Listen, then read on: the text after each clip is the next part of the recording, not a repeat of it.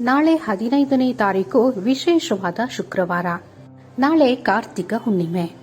ಕಾರ್ತಿಕ ಮಾಸದ ಹುಣ್ಣಿಮೆಯ ದಿನದಂದು 6 ರಾಶಿಯವರಿಗೆ ರಾಜಯೋಗ ದೊರಕಲಿದೆ. ಶನಿದೇವರ ಕೃಪೆಯಿಂದ 6 ರಾಶಿಗಳಿಗೆ ಅವರ ಅದೃಷ್ಟನೇ ಬದಲಾಗುತ್ತೆ.